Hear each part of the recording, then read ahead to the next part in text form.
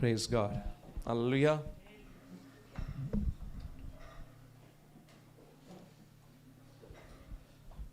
ஒரு விஷயம் தலைகளை தாழ்த்தி நம்ம கேட்கலாம். ஆண்டவரே, பரிசுத்தவான் எங்களோட பேசுவீராக. பரிசுத்தமான ஆண்டவரே, இந்த மாலை நேரத்தில் வந்திருக்கிற மது அடியார்களோட ஆண்டவரே நீங்கள் பேசும்படியாக வேண்டிக் கொள்ளுகிறோம். வேண்டிய வார்த்தைகள் உம்மிடத்தில் உண்டு. நீர் எங்களோட இடைப்படுவீராக. இயேசுவின் நாமத்தில் பிதாவே. ஹல்லேலூயா.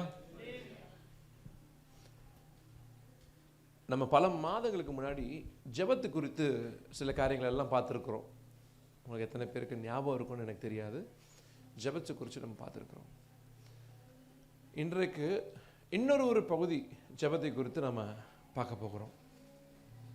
எத்தனை பேர் அவளா இருக்கிறீங்க? ஹல்லேலூயா.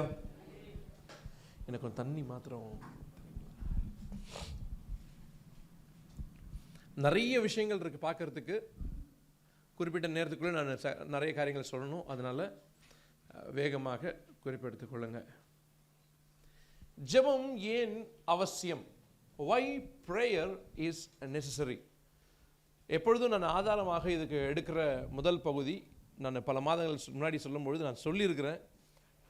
ராஜ்யத்தை குறித்து சொல்லும்பொழுது சொல்லியிருக்கிறேன். நான் ஒரு தடவை கூட அதை ஞாபகப்படுத்த விரும்புகிறேன். ஏன் இந்த பூமியில் நாம் ஜெபிக்க வேண்டும்? நிறைய நேரங்களில் நாம் ஜெபிக்காததுக்கு நிறைய காரணங்கள் இருந்தாலும் அதில் ஒரு காரணம், நாம் ஜெபிச்சு இது நடக்கணும்னு இல்லை, தேவன் எப்படியும் செய்வார் அப்படின்ற ஒரு அசட்டு விசுவாசம் என்றும் சொல்லலாம்.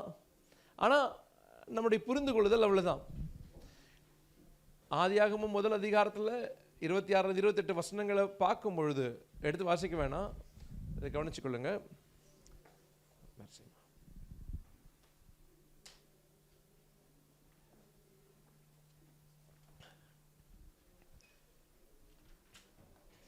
ஆண்டவராகிய தேவன் ஆதாமையும் ஏவாளையும் அவர்கள் மூலமாக மனுக்குலத்தை படைக்கும் பொழுது ஆண்டு சொல்றாரு, இவர்கள் பழுகி பெருகி பூமியை நிரப்பி அதை கீழ்ப்படுத்தி சமுத்திரத்தின் மச்சங்களையும் ஆகாயத்து பறவைகளையும் ஊரும் சகல பிராணிகளையும் மிருக ஜீவன்களை எல்லாம் ஆளக்கடவர்கள் என்று சொல்லி அவர்களை ஆசீர்வதிக்க வேண்டும் என்று சொல்லி படைச்ச பிறகு சொன்னபடி அவர்கள் என்ன பண்றாரு? இந்த வார்த்தைகளை சொல்லி ஆசீர்வதிக்கிறார்.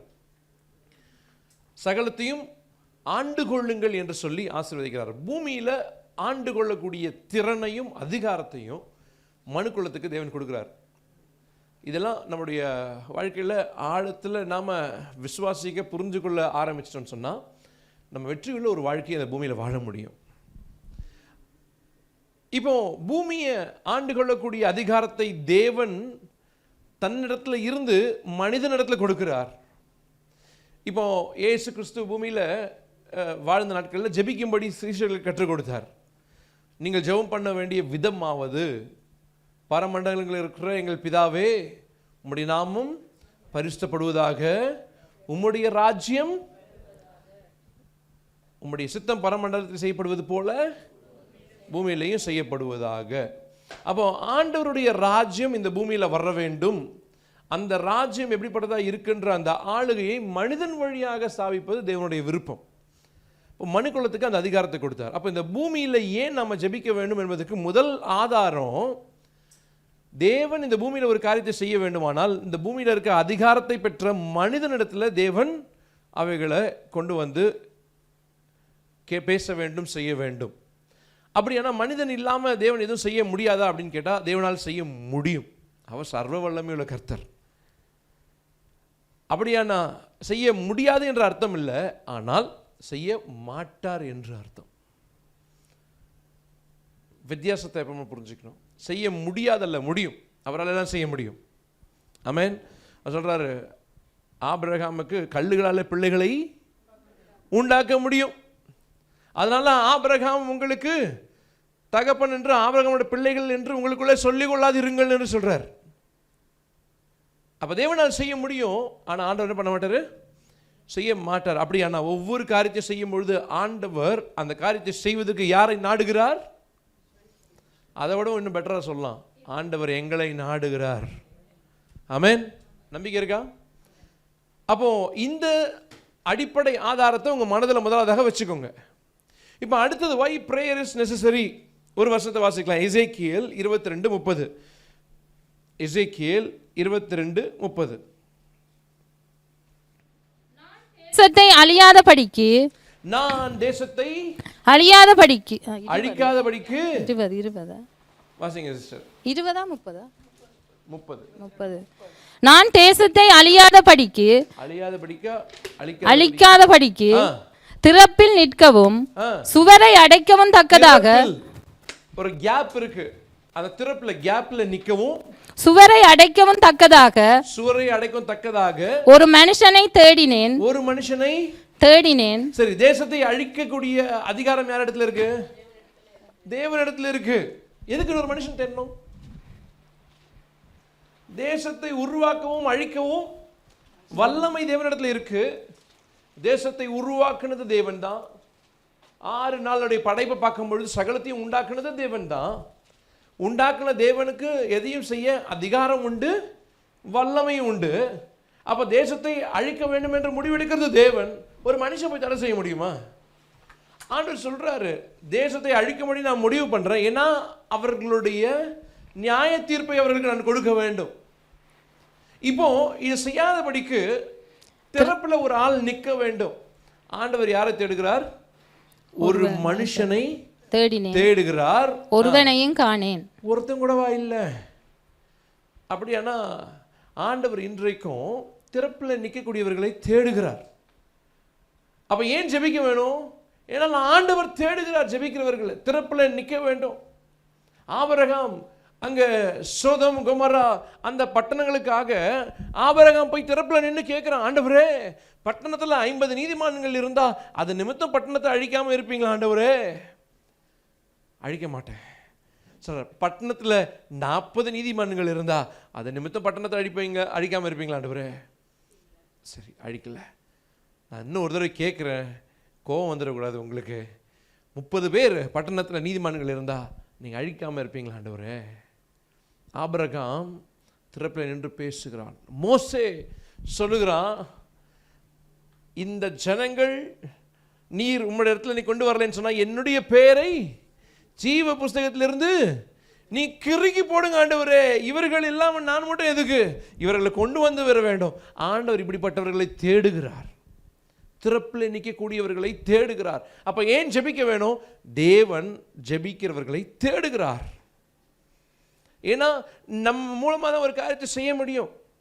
நிறைய நேரத்தில் நம்ம தெரிஞ்ச சத்தியத்துடைய கொஞ்சம் ஆழத்தை புரிஞ்சுக்காதனால நம்ம நிறைய விஷயங்கள் செய்கிறது இல்லை.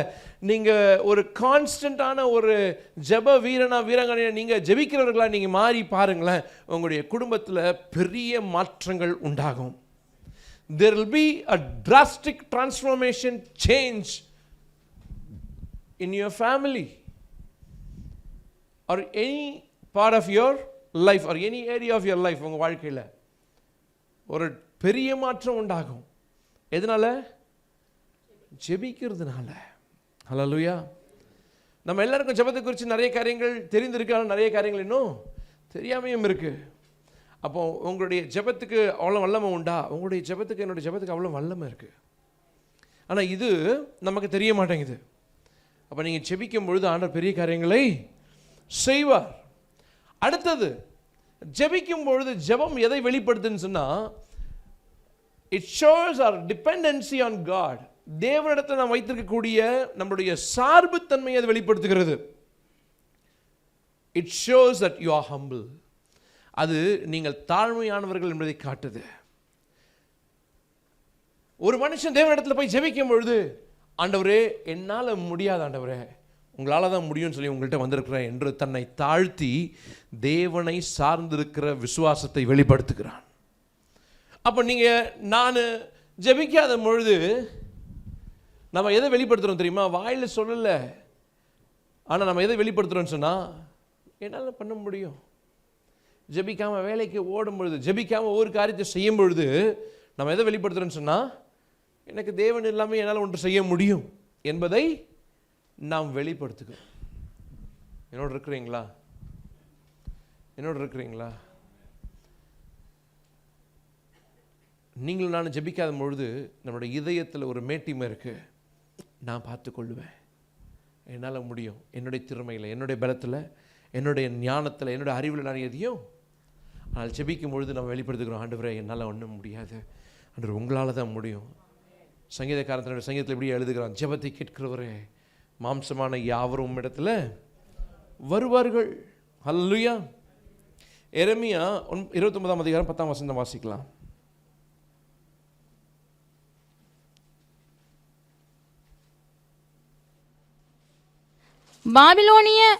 பாபிலோனிலே 70 வருஷம் நிறைவேறின பின்பு நான் உங்களை சந்தித்து உங்களை இவ்விடத்துக்கு திருப்பி வர பண்ணும்படிக்கு உங்கள் மேல் என் நல் வார்த்தையை நிறைவேற பண்ணுவேன் என்று கர்த்தர் சொல்லுகிறார்.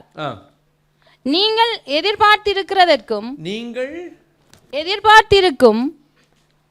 முடிவை உங்களுக்கு கொடுக்கும்படிக்கு எதிர்பார்த்திருக்கும் முடிவை உங்களுக்கு கொடுக்கும்படிக்கு நான் உங்கள் பேரில் நிலைத்திருக்கிற நினைவுகளை அறிவேன். நான் உங்க மேல நினைச்சிருக்கிற நினைவுகளை அறிவேன் என்று கர்த்தர் சொல்லுகிறார். அவைகள் தீமைக்கல்ல சமாதானத்துக்கு ஏதுவான நினைவுகளே. நினைவுகளே. அந்த வசனத்தை ஒரு தடவை கூட வாசிங்க, எல்லாரும் கவனிங்க. ஆமா, வாசிங்க சிஸ்டர். நீங்கள் எதிர்பார்த்திருக்கும் முடிவை உங்களுக்கு கொடுக்கும்படிக்கு. நீங்கள் எதிர்பார்த்திருக்கிற முடிவா, எதிர்பாராத முடிவா? நீங்கள் எதிர்பார்த்திருக்கிற முடிவு. யாராவது எதிரான ஒரு முடிவை நமக்கு யாராவது எதிர்பார்த்துட்டு இருப்போமா? இல்ல. நம்பகமான முடிவு, விரும்பப்படத்தக்க முடிவு, நமக்கு தேவைக்கு சாதகமான முடிவுகள், நம்மளுடைய ஆத்மாவுக்கும் மைண்டுக்கெல்லாம் இளைப்பாறுதலை கொடுக்கக்கூடிய முடிவுகள் தான் நாம் எதிர்பார்க்கிறோம். ஆண்டவர் சொல்றார், நீங்க என்ன எதிர்பார்த்துட்டு இருக்கீங்களோ நீங்கள் எதிர்பார்க்கும் முடிவை உங்களுக்கு கொடுக்கும்படிக்கு நான் உங்கள் பேரில் நினைத்திருக்கிற நினைவுகளை அறிவேன் என்று கர்த்தர் சொல்லுகிறார். உங்கள் பேரில் நினைத்திருக்கிற நினைவுகள், I know the plans I have for you. உங்களை குறித்து நான் வைத்திருக்கிற நினைவுகள், திட்டங்களை குறித்து நான் வச்சிருக்கிறேன் என்னுடைய மனதில். அது என்ன முடிவுனா, நீங்க என்ன எதிர்பார்த்துட்டு இருக்கிறீங்களோ அதை உங்களுக்கு கொடுக்கும்படிக்கு. தீமைக்கு இல்ல. எப்படிப்பட்ட முடிவு? சமாதானத்துக்கு ஏதுவான முடிவு. அடுத்த வசனத்தை வாசிக்கலாம். அப்பொழுது நீங்கள் கூடி வந்து என்னை தொழுது கொண்டு என்னை நோக்கி விண்ணப்பம் பண்ணுவீர்கள். முதல்ல என்ன செய்வீங்களா? நீங்கள் கூடி வந்து முதலாவதாக என்ன செய்வீங்க? என்னை தொழுது கொள்வீர்கள். அப்புறம் என்ன பண்ணுவீங்க? என்னை நோக்கி விண்ணப்பம் பண்ணுவீர்கள். அப்புறம் நான் உங்களுக்கு செவி கொடுப்பேன். இப்ப ஜெபிக்க வரும்பொழுது என்ன முதல்ல செய்வாங்களா? இவங்க கூடி வந்து முதலாவதாக என்ன பண்ணுவாங்க? தொழுது கொள்வார்கள்.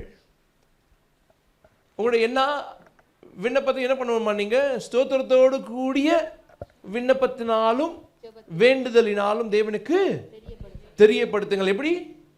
எல்லாவற்றையும் ஸ்தோத்திரத்தோடு கூடிய விண்ணப்பங்கள். அப்ப முதல்ல ஆண்டவர் இங்க கற்றுக் கொடுக்கிறார். என்னன்னு கற்றுக் கொடுக்கிறாரு? நீங்கள் கூடி வந்து என்ன பண்ணுவீங்களா? முதலாவதாக தொழுது கொள்வீர்கள். தொழுகை ஆண்டவரை குறித்த அக்னாலஜ்மெண்ட் வெளிப்படுத்துது. ஆண்டவரை குறித்து நீங்களும் நானும் அறிந்திருக்கிற அந்த அறிவுத்தன்மையை வெளிப்படுத்துகிறது. கிறிஸ்தவ வாழ்க்கையில் தொழுகை மிக முக்கியம். நம்ம தொழுது கொள்ளும் முன்னமே நம்ம என்ன செய்யறோம்? முதல்ல விண்ணப்பம் லிஸ்ட் தான் கொண்டு போறோம். ஆனா ஆண்டவர் சொல்லி தருகிறார். வேதத்தில் பல இடங்களை நம்ம அதை பார்க்கிறோம். இந்த இடத்துல நம்ம பார்க்கிறோம், தொழுது கொண்டு என்னை நோக்கி விண்ணப்பம் பண்ணுவீர்கள். நான் உங்களுக்கு செவி கொடுப்பேன். நான் என்ன செய்வேன்? செவி கொடுப்பேன். உங்கள் முழு இருதயத்தோடும். நல்ல கவனிங்க, அடுத்த வார்த்தை, உங்கள் முழு இருதயத்தோடும். நல்ல கவனிச்சுக்கோங்க. எப்படி? முழு இருதயம், all hearted. முழு இருதயம். எல்லாரும் சேர்ந்து சொல்லுவோமா? முழு இருதயம். முழு இருதயத்தோடும் என்னை தேடினீர்களானால். எப்படி தேட வேண்டும்? முழு இருதயத்தோடும் என்னை தேடுவீர்களானால் என்னை தேடுகையில் கண்டுபிடிப்பீர்கள். என்னை தேடுகையில் எப்போ கண்டுபிடிப்பீங்க? நீங்க தேடுகை போதே கண்டுபிடிச்சிருவீங்க. அல்லேலூயா. அப்போ ஆண்டவர் சொல்றாரு, உங்க மேல நான் ஒரு நினைவு வச்சிருக்கிறேன். I know the plans I have for you.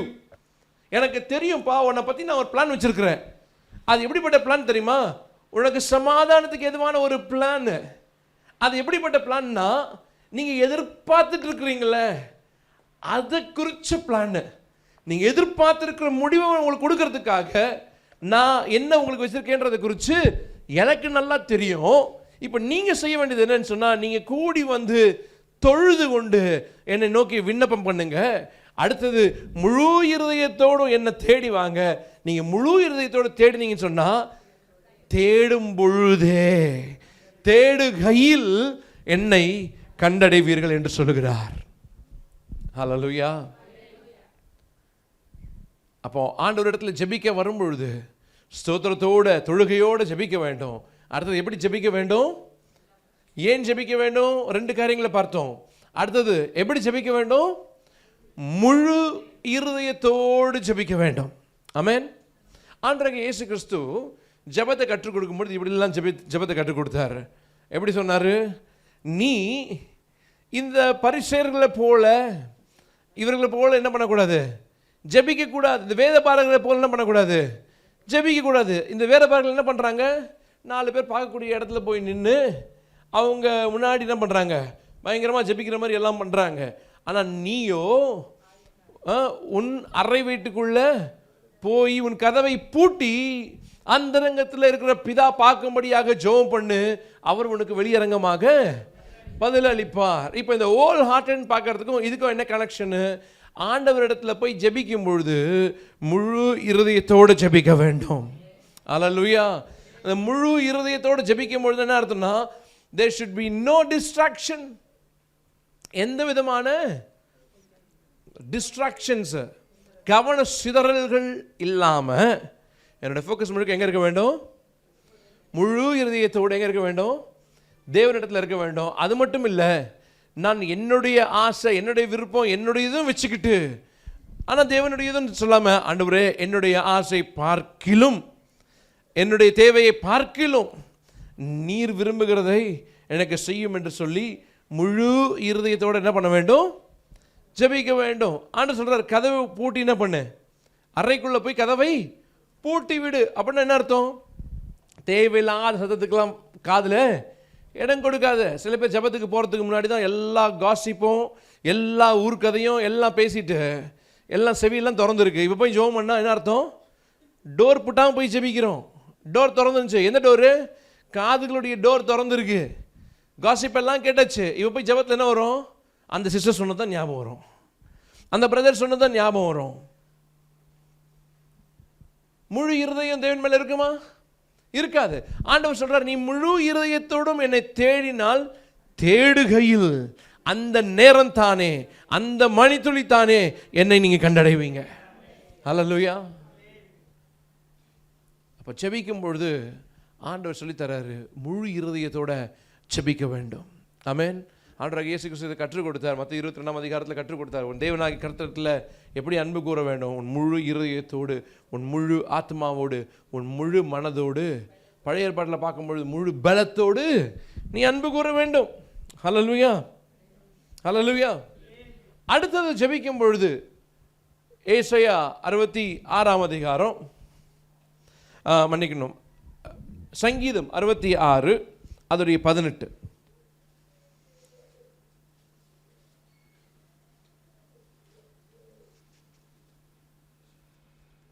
என் இருதயத்தில் அக்கிரமத்தை கொண்டிருந்தேனானால், சிஸ்டர் திரும்பி படிங்க சிஸ்டர். என் இருதயத்தில் அக்கிரம சிந்தை கொண்டிருந்தேனானால், என் இருதயத்தில் அக்கிரம சிந்தை கொண்டிருந்தேனானால், சிந்தை கொண்டிருந்தேனானால் ஆண்டவர் எனக்கு செவி கொடார். அடுத்தது ஜெபத்துல மனதளவில் இருக்கக்கூடிய காரியத்தை குறித்து இங்க அடுத்தது பேசப்படுகிறது. சங்கீதக்காரன் இதை சொல்லுகிறார், என் இருதயத்தில் அக்கிரம சிந்தை. எங்க, என் வாயில இல்ல, என்னுடைய கையில் இல்லை, வெளியே இல்லை, என்னுடைய இருதயத்தில் அக்கிரம சிந்தை கொண்டிருந்தேனானால் ஆண்டவர் எனக்கு செவி கொடார். அப்படியானா ஆண்டவர் இடத்துல போய் ஜெபிக்கும் பொழுது என்னுடைய இருதயம் சுத்தமாக இருக்க வேணும். அல்லேலூயா. இந்த அக்கிரம சிந்தை இங்கிலீஷில் ரொம்ப அழகாக இருக்கு, if I have cherished iniquity in my heart. அதாவது வெளியே பார்க்குறவங்களுக்கு தெரியாது என்னுடைய இருதயம் எவ்வளோ மாசுள்ளதாக இருக்குன்னு தெரியாது. வெளியே பார்க்குறவங்க நினச்சிக்குவாங்க இவர் ரொம்ப பரிசுத்தவான் போல இருக்குன்னு சொல்லி, வெளியே ஒரு மாயமான ஒரு வாழ்க்கை, ஆனால் இருதயம் மிகவும் மோசமாக இருக்கு, ஆண்டவர் பார்க்குறாரு. அப்போ என்னுடைய இருதயத்தில் அக்கிரம சிந்தை கொண்டு இருந்து நான் போய் ஜெபிச்சா ஆண்டவர் என்ன செய்ய மாட்டார் எனக்கு. அப்போ தேவனிடத்தில் ஜெபிக்க போகும்பொழுது என்னுடைய இருதயம் அக்கிரம சிந்தை இல்லாமல் இருக்க வேண்டும். அல்லேலூயா. நம்ம வெளியே நல்லா பிரைஸ் தி லார்ட் சொல்லி எல்லாம் கையை குலுக்கி நம்ம எல்லாம் இது பண்ணலாம், நம்மளுடைய இருதயம் எப்படி இருக்கு. இங்கிலீஷ்ல இன்னும் அழகா இருக்கு, if I had cherished iniquity அப்படின்னு என்ன அர்த்தம்னா, செரிஷ் பண்ணுறாங்க, அந்த அந்த மொமெண்ட்டை செரிஷ் பண்ணிக்கோன்னு சொல்லுவாங்க. எக்ஸாக்ட் தமிழ் வார்த்தை எனக்கு தெரியல, ஆனால் நான் உதாரணத்துக்கு புரிஞ்சுக்கிறதுக்கு சொல்கிறேன். அந்த அந்த மொமெண்ட்டை வந்து நீ என்ஜாய் பண்ணிக்கோ, சந்தோஷமாக பட்டுக்கோ அப்படின்றதான் செரிஷ், செரிஷபிள் மொமெண்ட்ஸ், சந்தோஷப்படக்கூடிய நல்ல தருணங்கள். ஓகேயா. If I had cherished iniquity அப்படின்னு என்ன அர்த்தம்னா, இந்த இனிக்விட்டியை, அக்கிரமத்தை, யாரும் பார்க்காத அக்கிரமமான காரியங்களை உள்ளத்தில் வச்சு நான் சந்தோஷப்பட்டு கொள்கிறேன். நீங்க நிறைய பேருடைய இருதயம் அக்கிரமத்தை குறித்து சந்தோஷப்படுகிற இருதயம், தவறான காரியங்களை குறித்து இருதயத்தில் சந்தோஷம் அடைகிறது. ஒருத்தன் விழும்போது உள்ளத்தில் சந்தோஷம், ஒருத்தன் பரிகசிக்கப்படும் பொழுது, ஒருத்தன் அவமானப்படும் பொழுது பார்க்கும்போது என்ன பேசியிருப்பான், நல்லா நடக்கட்டும், உள்ளத்தில் நம்ம என்ன பண்றோம்னா செரிஷ் பண்றோம். இது மாதிரி நிறைய உதாரணங்கள் சொல்லலாம். If I had cherished iniquity in my heart அப்படின்னா சும்மா இல்லை, ஏதோ அக்கிரம சிந்தை இல்லை, அக்கிரமமாக நான் என்ன பண்றேன், அக்கிரமத்தில் சந்தோஷம் கொள்ளுகிறேன். என் இருதயத்தில் அக்கிரமத்தை குறித்து, தேவனுக்கு விருப்பமில்லாதவைகளை குறித்து உள்ளத்தில் என்ன பண்றேன், நான் சந்தோஷப்படுகிறேன், வெளியே காமிச்சிக்கிறதுக்கு இல்லை. இப்படிப்பட்ட இருதயத்தோட நாம ஜெபிக்கும் பொழுது ஆண்டவர் என்ன பண்ண மாட்டாரா, நமக்கு செவி கொடுக்க மாட்டார். அப்போ இருதயம் எப்படி இருக்க வேணும், அக்கிரமத்தை குறித்து சந்தோஷப்படாத ஒரு இருதயம், அக்கிரமத்தை செய்யக்கூடிய ஒரு இருதயம் இல்லாம அந்த இருதயம் எப்படி இருக்க வேணும், முதல்ல படிச்ச முழு இருதயம். இப்போ அக்கிரமத்தை குறித்து சிந்தை இல்லாத, அதை குறித்து சந்தோஷப்படாத, சுத்தமாக இருக்க வேண்டும் என்று நினைக்கக்கூடிய, கிரமமாக வாழ வேண்டும் என்று நினைக்கக்கூடிய ஒரு இருதயத்தோட போய் ஜெபிக்கும் போது ஆண்டவர் என்ன செய்வாரா, தொடர்ந்து சங்கீதக்காரன் என்ன சொன்னா, மெய்யாய் தேவன் எனக்கு ஆண்டவர் செவி கொடுக்க மாட்டார், ஆனா மெய்யாகவே தேவன் எனக்கு செவி கொடுத்தார், என் ஜெபத்தின் சத்தத்தை கேட்டார், என் ஜெபத்தை தள்ளாமலும் தமது கிருபையை என்னை விட்டு விலக்காமலும் இருந்த தேவனுக்கு ஸ்தோத்திரம். ஹல்லேலூயா, ஹல்லேலூயா. சங்கீதம் 19 வாசிக்கிறோம், தன் பிழைகளை உணர்கிற மனுஷன் யார், மறைவான குற்றங்களுக்கு என்னை நீங்களாக்கும் என்று சங்கீதக்காரன் ஜெபிக்கிறான். ஏன்னா இந்த மறைவான குற்றம், மறைவான பாவம் ரொம்ப ஆபத்து. வெளிப்படையாக இது பண்ணுறதை வந்து தண்டிச்சதுக்கு அப்புறம், கண்டிக்கப்பட்டதுக்கு அப்புறம் நம்ம என்ன பண்ணுறோம், கொஞ்சம் திருத்தி கொள்கிறோம். ஆனால் மறைவாக பார்க்கும் பொழுது அது யாரும் பார்க்காதனால நம்ம துணிகரமாய் செய்கிறோம். வெளியே யாருக்கும் தெரியாது தானே, அதனால நம்ம என்ன பண்ணுறது இல்லை, அதுக்கு ஒரு ஸ்டாப் போடுறது இல்லை. வெளியே போக்குறதுக்கு நம்ம ஸ்டாப் போடுவோம். இப்போ ரோட்டில் நம்ம போகிறோம், நம்ம வந்து கண்ணா பின்னான்னு காரை ஓட்டிகிட்டு போகிறோம், 4 அம்மாந்து வரும், ஒரு அம்மாந்து ஓகே கட்டிடுறோம், 2வது அம்மாந்து வரும்போது கொஞ்சம் கஷ்டமாக இருக்குது, 3வது அம்மாந்து அதே பிரச்சனைக்கு வரும்போது எப்படி இருக்கும், ஐயோன்னு இருக்குது, 4வது வந்துச்சுன்னா முடிஞ்சிச்சு, காரே தொடலப்பா விட்டுருங்க. எதனால, வெளியே ஒரு செய்கைக்கு அதுக்குரிய பலன் வரும்பொழுது நம்ம பயப்படுறோம். ஆனால் உள்ளே நடக்கும்போது யாரும் பார்க்கறது இல்லை, உடனே ஒன்றும் நடக்கிறது இல்லை, நாம் துணிகரமாக இருக்கிறோம். சங்கீதக்காரன் ஜெபிக்கிறான், மறைவான குற்றங்களுக்கு என்னை நீங்களாக்குங்க ஆண்டவரே, அதையும் ஜெபிக்கிறான். ஏன்னா என் ஜெபத்துக்கு இதுவே தடையாக மாறக்கூடாது. அதனால் என் ஜெபத்தில் முதல்ல முக்கியம், இதெல்லாம் நான் திருத்திக் கொள்ளணும் ஆண்டவரே, என் இருதயம் சுத்தமாக இருக்க வேண்டும், மறைவான குற்றங்களுக்கு என்னை நீங்களாக்கும் என்று அவன் ஜெபிக்கிறான். ஹல்லேலூயா. அப்போ ஜெபத்தில் அடுத்து என்ன அவசியம், இருதயம் சுத்தமாக காத்து கொள்ளப்பட வேண்டும். அக்கிரமத்தை குறித்த அந்த சந்தோஷப்படக்கூடிய அப்படிப்பட்ட எண்ணம் இருதயம் நம்மளுக்கு இருக்கக்கூடாது. ஆமென். அடுத்தது யாக்கோபு 5ஆம் அதிகாரம், அதோடைய 13லேருந்து 20 வருஷங்கள் நம்ம வாசிக்கலாம். யாக்கோபு 5ஆம் அதிகாரம் 13லேருந்து. மேலும் நாங்கள் இன்றைக்கு அல்ல, யாக்கோபு 5 ஆமா 13லேருந்து.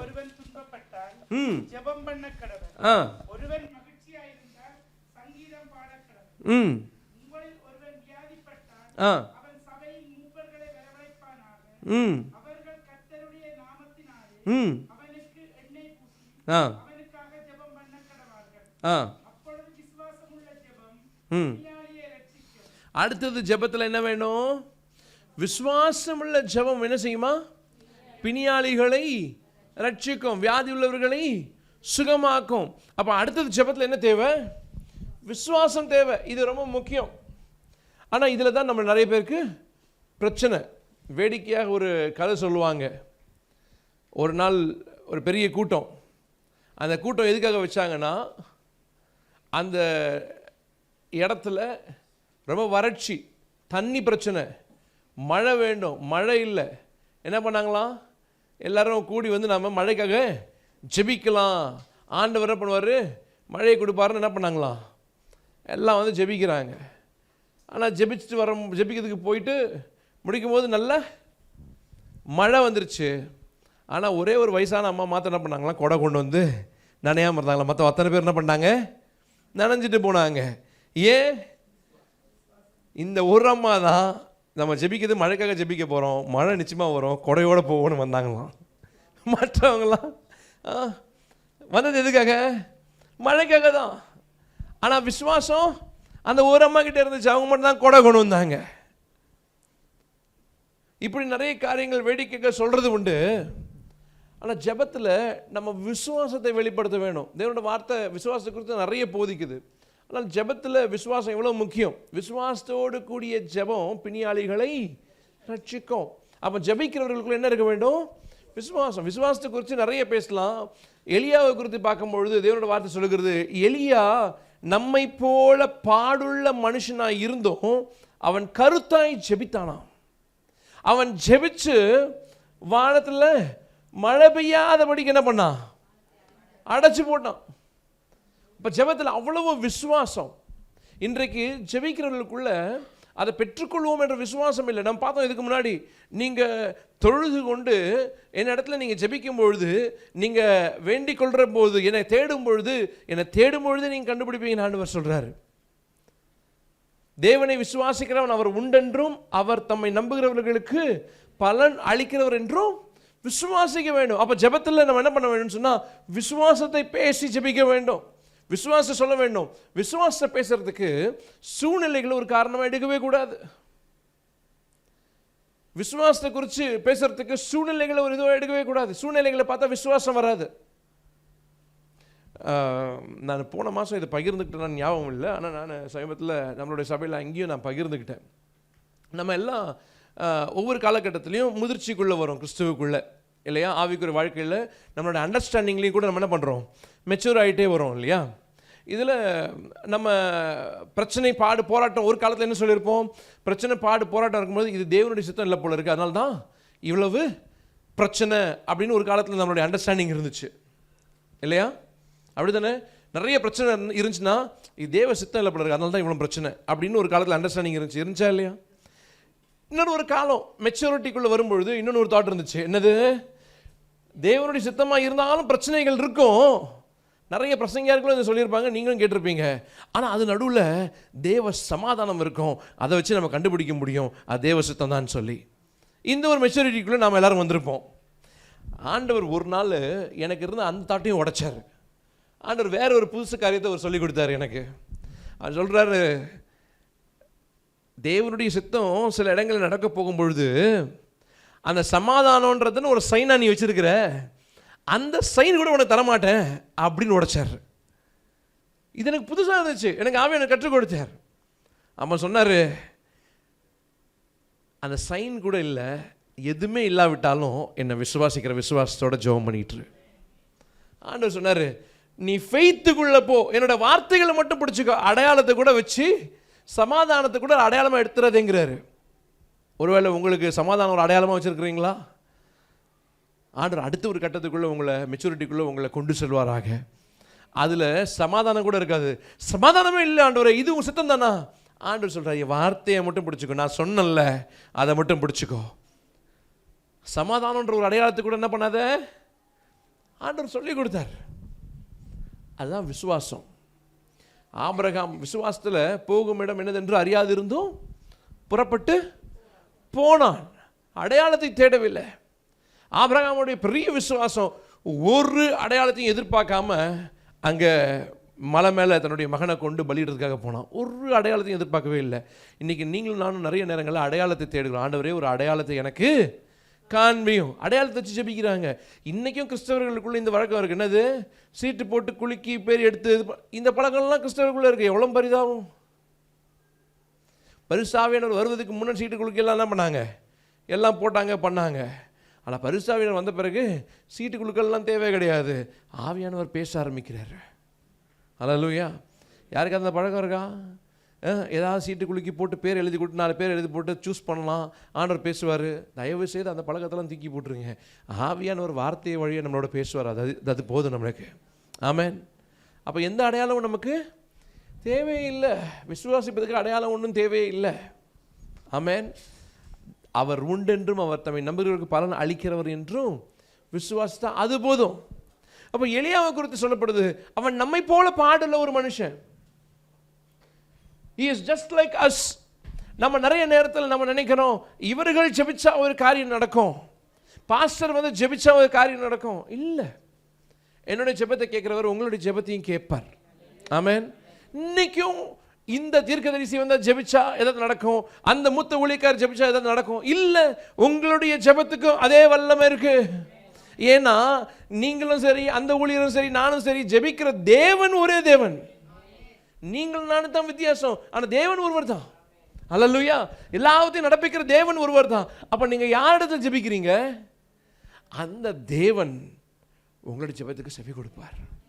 அல்லேலூயா. உங்கள் ஜெபத்துக்கு செவி கொடுக்க மாட்டார் நீங்கள் நினச்சிங்கன்னா, உங்களுக்காக அடுத்த ஆள் ஜெபிச்சா அவங்களுக்கும் செவி கொடுக்க மாட்டார். இருக்கிறீங்களா? அதை விட நல்லது நீங்களே முட்டி போட்டு நீங்களே ஜெபிங்க. உங்கள் பாரம் பிரச்சனையை யாருக்கிட்டையாவது சொல்லி மனம் விட்டு 4 பேர்கிட்ட நல்ல புரிந்து கொள்ளவங்கள்ட்ட பேசி ஆதரவு தப்பு இல்லை. ஆனால் உங்களுடைய பாரத்தை இன்னொருத்தர்கிட்ட சொல்லி எனக்காக ஜெபிங்க நீங்கள் சொல்கிறீங்களே, உங்கள் பாரம் பிரச்சனையை உங்களை விட பாரத்தோடு ஜெபிக்கிறதுக்கு இந்த உலகத்தில் யாருமே கிடையாது. உங்கள் பாரம் உங்களை சில நேரத்தில் மனைவியுடைய பாரம் கணவருக்கு கூட புரியாது. அப்போ கணவருக்கே புரியாத பாரம் பாஸ்டர்கிட்ட சொல்லி ஜெபிச்சா புரிஞ்சிருமா? பாஸ்டருக்கு ஏகப்பட்ட வலி, தலைவலி, இடுப்பு வலி, வயிற்று வலி, பாஸ்டர் உட்காந்துருப்பாரு. அங்கே போய் பாஸ்டர் என் வாழ்க்கையில் பாரம் இருக்குன்னா அவர் எங்கே ஜெபிக்கிறது? சில பேர் ஜெபிப்பாங்க ஆண்டவரே அப்படின்வாங்க. அதை காட்டிலும் உங்களோட குறித்து உங்களுக்கு பெரிய பாரம் இருக்குது, உங்களோட ஜெபத்தை கர்த்தர் கேட்பார். ஸோ ஆண்டவர் சொல்லி தரார் பாருங்க, எலியா நம்மை போல பாடுள்ள மனுஷன். He is just like us. நம்மளை போல தான் இருந்தான். ஆனால் அவன் ஜெபத்தில் ஒவ்வொன்றத்துலையும் கருத்து இருக்கு. அல்லேலூயா. கருத்தை ஜெபிக்க வேணும். அடுத்தது ஜெபத்தில் நிறைய பேருக்கு இந்த பழக்கம் இருக்குது.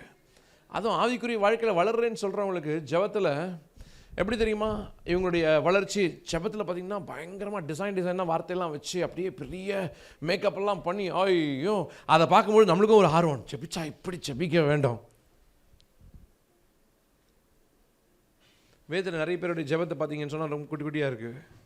நீங்கள் எடுத்து பாருங்களேன், டைமிங்லாம் வச்சு பாருங்களேன், எல்லாம் குட்டி குட்டியாக இருக்குது அந்த ஜெபம்லாம். நாம் நினைக்கிறோம் ஏதோ பெருசலாம், ஆனால் இயேசு கிறிஸ்து தெளிவாக சொல்லி கொடுத்துட்டாரு. ஆனால் இயேசுவே சொல்லி கொடுத்தாலும் நம்ம நம்ப மாட்டோம். இயேசு என்ன சொல்லி கொடுத்தாரு? நீங்கள் அஞ்ஞானிகளைப் போல ஜெபத்தில் வீண் வார்த்தைகளை அளப்பாதையுங்கள். அடுத்தது, அவர்கள் அதிக வசனிப்பினால் தங்கள் ஜெபம் கேட்கப்படும் என்று நினைக்கிறார்கள், நீங்களோ அப்படி செய்யாதிருங்கள். சொன்னாரா? அவரே சொன்னாலும் கேட்காத பெரிய கிறிஸ்தவ கூட்டம் இருக்கு. ஒரு ப்ரேயர் பாயிண்ட்டுக்கு சிலர்லாம் ஜெபிப்பாங்க, நான்லாம் மிரண்டு போயிருக்கிறேன். சில ப்ரேயர் வாரியரை பார்த்து அப்படியே மறண்டு போயிருக்கிறேன். பிசாசை பார்த்தா கூட நம்ம மிரள்றது இல்லை, ஆனால் ப்ரேயர் வாரியரை பார்த்தா ரொம்ப பயங்கரமாக மிரள்றோம். ஏன்னா அந்த ஒரு பாயிண்ட்டுக்கு அவங்க ஜெபிப்பாங்க பாருங்க, 40 மினிட்ஸ் ஜெபிப்பாங்க.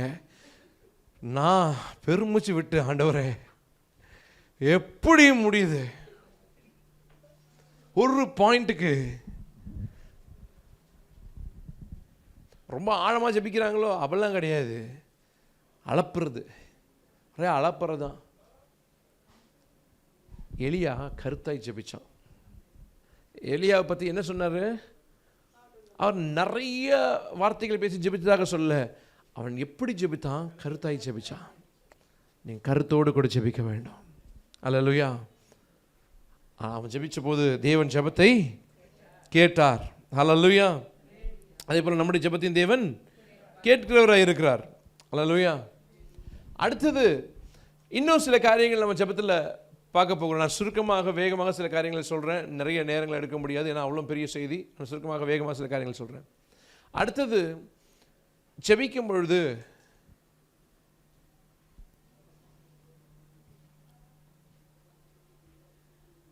விசுவாசத்தோடு ஜெபிக்க வேண்டும், முழு இருதயத்தோடு ஜெபிக்க வேண்டும்.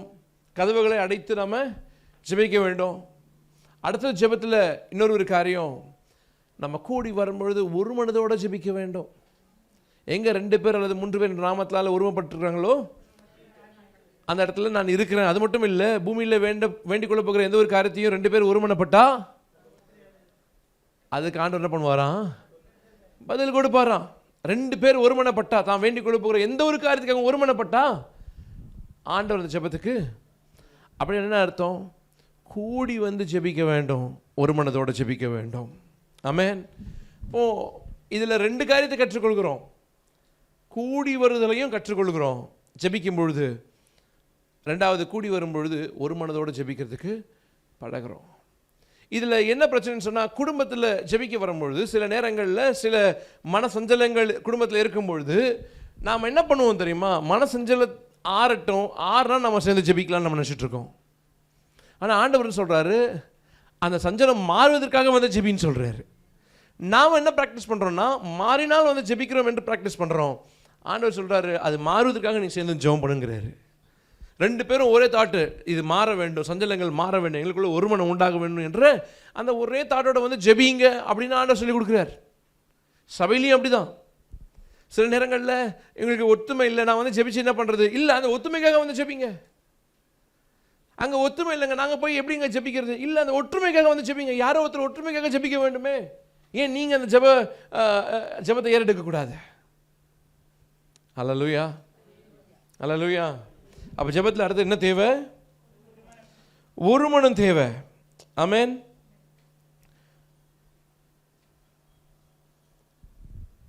அடுத்தது ஜெபத்தில் இன்னும் சில காரியங்கள் நம்ம பார்க்க போகிறோம். என்னோட கூட திருப்பிக் கொள்ளுங்க. 1 ராஜாக்கள் 8ஆம் அதிகாரம் அதோடைய 22வது வசனம். 1 ராஜாக்கள் 8ஆம் அதிகாரம். இது ஒரு பெரிய போர்ஷன் வாசிக்க போகிறோம். ஆமாம், 22லேருந்து வாசிக்கலாம். 8ஆம் அதிகாரம். பின்பு சலமோன் கர்த்தருடைய பலிபீடத்தின் முன்னே இஸ்ரவேல் சபையார் எல்லாருக்கும் எதிராக நின்று வானத்துக்கு நேராய் தன் கைகளை விரித்து, இஸ்ரவேலின் தேவனாகிய கர்த்தாவே, மேலே வானத்திலும் கீழே பூமியிலும் உமக்கொப்பான தேவன் இல்லை. தங்கள் முழு இருதயத்தோடும் உமக்கு முன்பாக நடக்கிற உமது அடியாருக்கு உடன்படிக்கையையும் கிருபையையும் காத்து வருகிறீர். தேவரீர் என் தகப்பனாகிய தாவீது என்னும் உம்முடைய தாசனுக்கு செய்த வாக்குத்தத்தத்தை காத்தருளினீர். அதை உம்முடைய வாக்கினாலே சொன்னீர். இந்நாளில் இருக்கிறபடி உம்முடைய கரத்தினாலே அதை நிறைவேற்றினீர். இஸ்ரவேலின் தேவனாகிய கர்த்தாவே, தேவரீர் என் தகப்பனாகிய தாவீது என்னும் உம்முடைய தாசனை நோக்கி, நீர் எனக்கு முன்பாக நடந்தது போல உன் குமாரரும் எனக்கு முன்பாக நடக்கும்படி தங்கள் வழிகளை காப்பார்களாயானால் இஸ்ரவேலின் சிங்காசனத்தின் மேல் வீற்றிருக்கும் புருஷன் எனக்கு முன்பாக உமக்கு இல்லாமல் போவதில்லை என்று சொன்னதை இப்பொழுது அவனுக்கு நிறைவேற்றும். இஸ்ரவேலின் தேவனே, என் தகப்பனாகிய தாவீது என்னும் உம்முடைய தாசனுக்கு சொன்ன உம்முடைய வார்த்தை மெய்யென்று விளங்குவதாக. தேவன் மெய்யாக பூமியில் வாசம் பண்ணுவாரோ? இதோ வானங்களும் வானாதி வானங்களும் உம்மை கொள்ளாதே. நான் கட்டின இந்த ஆலயம் எம்மாத்திரம். எந்தவனாகிய கர்த்தாவே, உமது அடியான் என்று உமது சந்நிதியில் செய்கிற விண்ணப்பத்தையும் மன்றாட்டையும் கேட்டு உமது விண்ணப்பத்தையும் மன்றாட்டையும் கேட்டு என் தேவனாகிய கர்த்தாவே, உமது அடியேன் இன்று உமது சந்நிதியில் உம்முடைய சந்நிதியில் செய்கிற விண்ணப்பத்தையும் மன்றாட்டையும் கேட்டு உமது அடியானுடைய விண்ணப்பத்தையும் வேண்டுதலையும் திருவுளத்தில் கொண்டரலும். கவனிங்க, 27ஆம் வசனத்துக்கும் 28ஆம் வசனத்துக்கும் இருக்க கனெக்ஷன். தமிழில் அது நல்லா இருக்கு, ஆனால் இங்கிலீஷில் இன்னும் புரிஞ்சிக்கக்கூடிய மாதிரி. மெய்யாகவே தேவன் பூமியில் வாசம் செய்வாரோ? வானங்களும் வானாதி வானங்களும் அவரை கொள்ளக்கூடாது இருக்க நான் கட்டின இந்த ஆலயம் எம்மாத்திரம் என்று சொல்லிட்டு எட் இருப்பினும் என்ற ஒரு வார்த்தை. எட் give attention to your servant's prayer and his plea for mercy. Lord my God, hear the cry and the prayer that your servant is praying in your presence this day. அது சொல்றார், இருப்பினும் ஆண்டவரே உம்முடைய வேலைக்காரனுடைய ஜெபத்தை விண்ணப்பத்தை நீர் கேட்டருளுங்க ஆண்டவரே. உண்மைதான் ஆண்டவரே, வானங்களும் வானாதி வானங்களும் உண்மை கள்ளக்கூடாது இருக்கு. நான் கட்டின ஆலயம் ஏமாத்திரம் தான் இருந்தாலும் ஆண்டவரே நான் கட்டிட்டேன், நீங்க சொன்னீங்க நான் கட்டிட்டேன், இப்போ நான் ஜெபிக்கிறேன். இங்கிருந்து ஜெபிக்கிற ஜெபத்துக்கு ஆண்டவரே நீர் பதில் கொடுக்க வேண்டும். யார் ஜெபிக்கிறா ஜெபத்தை? ஜெபம் நம்மளோட வாழ்க்கையில், நான் சில பாயிண்ட் சொல்கிறேன், சொல்லிட்டு திருப்பி இதுக்குள்ளே போக விரும்புகிறேன். ஜெபம் நம்மளுடைய வாழ்க்கையில் மிகவும் முக்கியமான ஒரு பகுதியில் இருக்குது. நம்ம நிறைய நேரத்தில் ஜெபம் தேவைகள் இருக்கும்பொழுது, நம்மளுடைய அதிகமான ஜெபம் எப்போ நடந்திருக்கோம்னு கொஞ்சம் திரும்பி பார்த்தீங்கன்னா, தேவைகள் அதிகமாக இருக்கும்பொழுது நம்ம அதிகமாக ஜெபித்திருப்போம். நீங்கள் உங்களை ஆராய்ச்சி பாருங்கள், அதிகமாக எப்போ ஜெபிச்சிங்க? அதிகமான நேரங்கள் ஜெபத்தில் எப்போ நீங்கள் கழிச்சிங்க? ஒருவேளை உங்களுடைய தேவைக்காக நீங்கள் ரொம்ப ஜெபிக்காமல் இருந்திருக்கலாம், ஆனால் ஒரு பெரிய ப்ரேயர் லிஸ்ட்டை வச்சு ஜெபிச்சிருப்பீங்க ஜெப தேவைக்காக. அப்படி தானே? அப்படி தானே? என்றைக்கு அதிக ஜெப தேவை இருந்துச்சோ அன்றைக்கு அதிகமாக ஜெபிச்சிருப்போம். ஜெபம் தேவைகள் கம்மியாக இருக்கும்போது ஜெபம் டைமு குறைஞ்சிருக்கும். தேவைகள் எல்லாம் சந்திக்கப்பட்டிருந்தா ஜெபிக்கிறதுக்கு இன்னைக்கு நிறைய பேர் தேவனை ஏற்றுக்கொள்ளாதவர்கள், கிறிஸ்துவை அறியாதவர்களும் ஏற்றுக்கொள்ளாதவர்களும் ஏற்றுக்கொள்ள மனதில்லாதவர்களும் பலரும், குறிப்பாக ஒரு அளவுக்கு நல்ல பொருளாதாரத்தில் உலகத்தில் நல்ல வாழக்கூடியவர்களை போய் கேளுங்களேன், நீங்கள் வந்து ஜெபிங்கன்னு சொன்னால் அவங்க சொல்லுவாங்க, நான் ஏன் ஜெபிக்கணும், எனக்கு எல்லாம் இருக்குது வாழ்க்கையில், நான் எதுக்காகங்க ஜெபிக்கணும்? அப்போ அவங்களோட அண்டர்ஸ்டாண்டிங் என்னன்னு சொன்னால், எனக்கு தேவை இருந்தால் தானே நான் ஜெபிக்கணும், அப்போ தேவைக்காக தான் ஜெபமே என்ற அப்படிப்பட்ட ஒரு புரிந்து கொள்ளுதல் உலகத்தார் என்று சொல்லுகிறவர்களுக்கு உண்டு. ஆனால் உலகத்தார் மட்டுமல்ல, கிறிஸ்தவர்களுக்கே, பெரும்பான்மையான கிறிஸ்தவர்களுக்கே ஜெபம் என்றால் நம்முடைய தேவைக்காக ஏறெடுப்பதுதான் என்று நம்ம நினச்சிட்டு இருக்கிறோம். ஆனால் ஜெபத்தை குறித்து சிம்பிளாக புரிஞ்சுக்கிறதுக்கு ஒரு விஷயத்தை நான் உங்களுக்கு சொல்ல விரும்புகிறேன். எத்தனை பேர் சண்டே ஸ்கூலில் இருந்து இயேசு கிறிஸ்துவை அறிந்து கொண்டு ஏற்றுக்கொண்டவங்க இங்கே? சண்டே ஸ்கூலில் படித்து யாருமே இல்லையா இங்கே? சண்டே ஸ்கூலில் மரீனா சிஸ்டர், ஸ்டான்லி பிரதர் வேறு சண்டே ஸ்கூலில் இருந்து, ஆனால் சண்டே ஸ்கூலில் இருந்து கற்றுக்கிட்டோம். ஓகே, கற்றுக்கு ஸ்தோத்திரம். இந்த சண்டே ஸ்கூலில் டீச்சர்ஸாக இருக்கிறவங்க கொஞ்சம் கை தூக்குங்களேன். இருந்தவங்க இருக்கிறவங்க எல்லாரும், சண்டே ஸ்கூலில் டீச்சர்ஸாக இருந்தவங்க இருக்கிறவங்க எல்லாரும். ஓகே, இப்போ ஜெபத்தை நீங்கள் பிள்ளைங்களுக்கு எப்படி சொல்லி கொடுத்துருப்பீங்க? அல்லது முதல்ல உங்கள்கிட்டருந்து வரேன், 2 பேர் கேட்ட 2 கேள்வி முடிச்சுட்டு மெசேஜ் கொடுத்துருப்பீங்க போகிறோம். ஓகே, நீங்கள் சண்டே ஸ்கூலில் ஜெபத்தை பற்றி உங்களுக்கு சொல்லி கொடுத்தாங்களா? ப்ரேயர்னா என்னென்னு சொல்லி கொடுத்தாங்களா? என்னென்னு சொல்லி கொடுத்தாங்க சொல்லுங்கள் சாமி பிரதர். அதான் ஜெபிக்கிறதுனா என்னன்னு சொல்லி கொடுத்தாங்க? ஆண்டவரோட பேசுறது. Very good. சரி, சண்டே ஸ்கூல் டீச்சர்ஸ் யாராவது ஒருத்தர் சொல்லுங்கள், நீங்கள் சண்டே ஸ்கூல் பிள்ளைகளுக்கு ஜெபன்றதை சொல்லி கொடுத்தீங்கன்னா என்னன்னு சொல்லி கொடுத்தீங்க? என்னது? தேவனோட பேசுறதுன்னு சொல்லி கொடுத்தீங்க. கற்றுக்கொண்டவர்கள் என்னென்னு கற்றுக்கொண்டாங்க? ஜெபம்னா அந்த கற்றுக்கொண்ட ஜெபம் இருக்குல்ல, அதுதான் உண்மையாகவே சரியாக கற்றுக்கொண்டதுன்னு அர்த்தம். அங்கே எங்கேயுமே உன் தேவைக்காக ஆண்டவர்கிட்ட கேட்குறது ஜெபம்னு சொல்லி தரல, நீ ஆண்டவரோட பேசிகிட்டு இருக்கிறல, அதுதான் ஜெபம்னு சொல்லி கொடுத்தாங்க. அதுதான் உண்மையாகவே ஜெபம். அப்படியானா தேவைகள் இன்றைக்கி இருக்கும், நாளைக்கு தேவன் என் தேவைகளெல்லாம் சந்திச்சிருவார். அப்போ தேவனிடத்தை பேசுறதுக்கு எனக்கு ஒன்றுமே இருக்காதா? இல்லை, தேவை இல்லை. என்னுடைய ஜெபத்துக்கு காரணம், என்னுடைய ஜெபத்துக்கு காரணம் எனக்கும் ஆண்டவருக்கும் இருக்கக்கூடிய உறவு தான் காரணம், வேறு ஒன்றும் கிடையாது. அப்போ ஜெபத்துக்கு நம்மளுடைய தேவைகள் தான் காரணம் என்று வைத்துக் கொள்ளுங்களால், தேவைகள் இருந்தால் அதிக தேவைகள் தான் அதிகமாக ஜெபம், கம்மி தேவை தான் கம்மி ஜெபம். தேவைகள் எல்லாம் சந்திக்கப்பட்டுருச்சு, ஜெபம் இருக்காமையே போயிடும். அப்போ ஜெபம் என்பது ஏதோ ஒரு சீசனுக்காக செய்கிறது இல்லை, ஏதோ ஒரு தேவைக்காக செய்கிறது இல்லை. ஜெபம் என்பது ஒரு கான்ஸ்டன்ட் ரிலேஷன்ஷிப்காக தேவனோட நான் பேசி கொண்டிருக்கிறத வச்சு கொண்டிருக்கிறது தான் ஜெபம். அல்லேலூயா. அப்போ இந்த ஜெபம் எப்பொழுதுமே இருக்கும். ஆண்டவராகிய இயேசு கிறிஸ்து சொல்லிக் கொடுத்தார், ஜெபத்தை குறித்து சொல்லும் பொழுது சொல்லிக் கொடுத்தாரு, இடைவிடாமல் ஜெபம் பண்ணுங்க, சோர்ந்து போகாமல் ஜெபம் பண்ணுங்க. தேவனோட வார்த்தை சொல்லிக் கொடுக்குறது நிருபங்களை பார்க்குறோம், இடைவிடாமல் ஜெபத்திலே தரித்திருங்கள். அவன் ப்ரே கான்ஸ்டன்ட்லி. எங்கெங்க கான்ஸ்டன்ட்டாக வரமாட்டேங்குது ப்ரேயர்? ஏன் வரமாட்டேங்குது? ப்ரேயரை கொடுத்து நம்மளுடைய புரிந்து கொள்ளுதல் தவறாக இருக்கனால. அப்போ ப்ரேயர்னு என்னது? தேவனோட எப்பொழுதும் பேசி கொண்டு இருக்கக்கூடிய ஒரு உறவு. அப்போ எப்பொழுதும் பேசணும்னு சொன்னால் தேவனோட உறவு இருந்தால் தான் நடக்கும். உறவு இல்லைன்னு சொன்னால் தேவனிடத்தில் பேச முடியாது. ஆமென், அல்லேலூயா. அப்போ ஜெபத்தை குறித்து இந்த காரியங்களை புரிந்து கொள்ள வேண்டும். அடுத்தது, ஜெபம் நம்முடைய வாழ்க்கையின் ஒரு பயணம். Prayer is a journey. Prayer என்னது?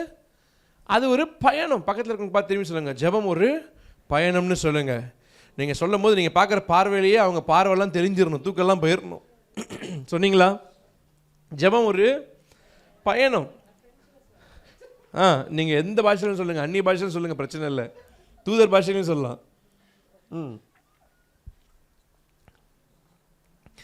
ஜெபம் ஒரு பயணம். ஜெபம் ஏதோ கொஞ்சம் நேரத்துக்கு அப்படி செஞ்சுட்டு அங்கே விட்டு போகிறதில்ல, அது நம்முடைய லைஃப்பில் எல்லா ஸ்டேஜஸ்லையும் இருக்குது. அதனால அது ஒரு பயணம்.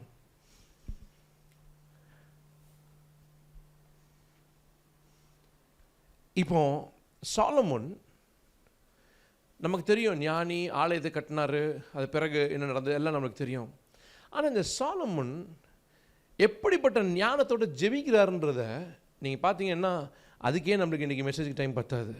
ஆனால் குயிக்காக கொஞ்சம் மட்டும் நான் காட்டுறேன், பிறகு நீங்கள் மிச்சத்தை வீட்டில் போய் அந்த 22லேருந்து வாசிக்கிறீங்களே, நம்ம வாசிக்கிற வரைக்கும் இப்போ வாசிச்சுட்டு மிச்சத்தை வீட்டில் போய் கொஞ்சம் வாசித்து பாருங்கள், டைம் எடுத்து எப்படிப்பட்ட காரியங்களை அவன் பேசுகிறான்னு சொல்லி. குயிக்காக ஹெல்ப் பண்ணுங்கள் எனக்கு சிஸ்டர் வாசிக்கிறதுக்கு.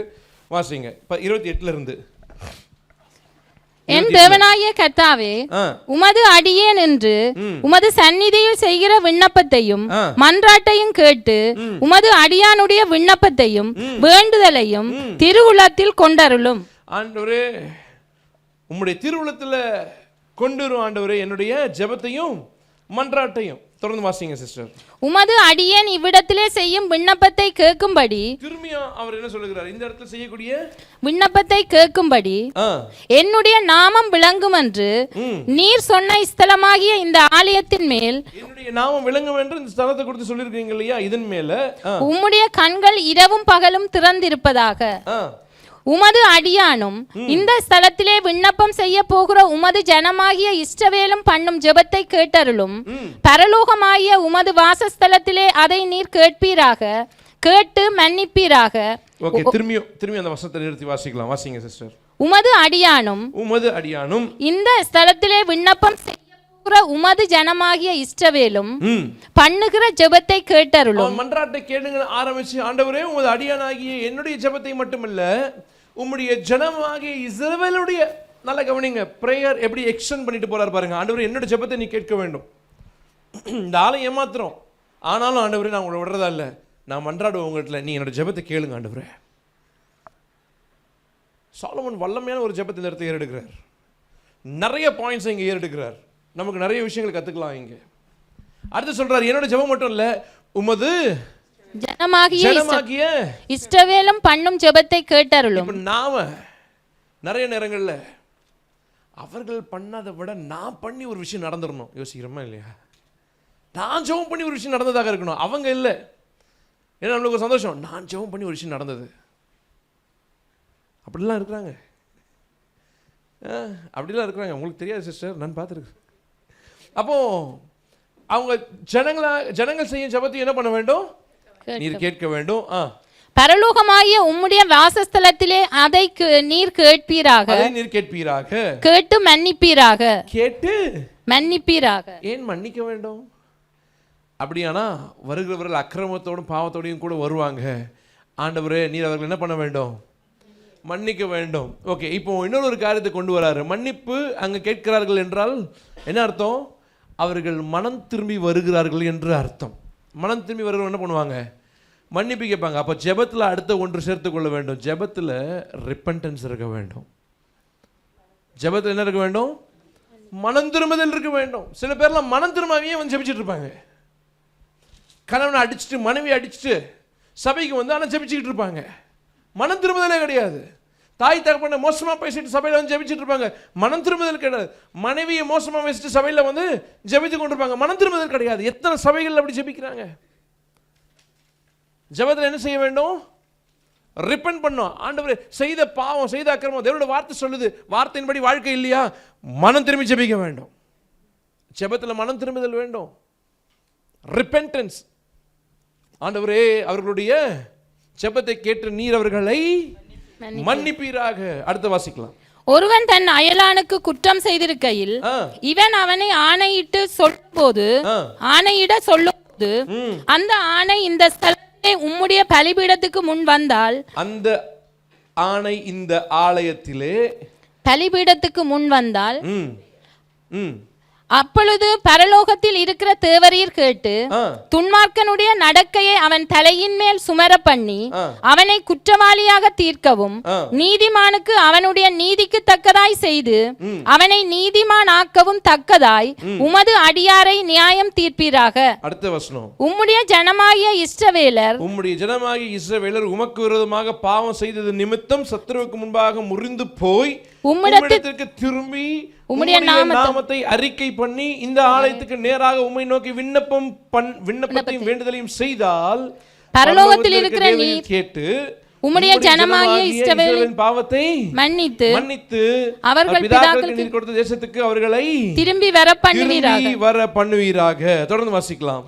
அவர்கள் உமக்கு விரோதமாய் பாவம் செய்ததினால் வானம் அடைபட்டு மழை பெய்யாதிருக்கும் போது பாருங்க, ஜெபத்துல ஆண்டவரே இப்படி எல்லாம் செய்துட்டு ஆனா உங்களை நோக்கி விண்ணப்பம் செய்யும் போது மனம் இறங்குங்க ஆண்டவரே.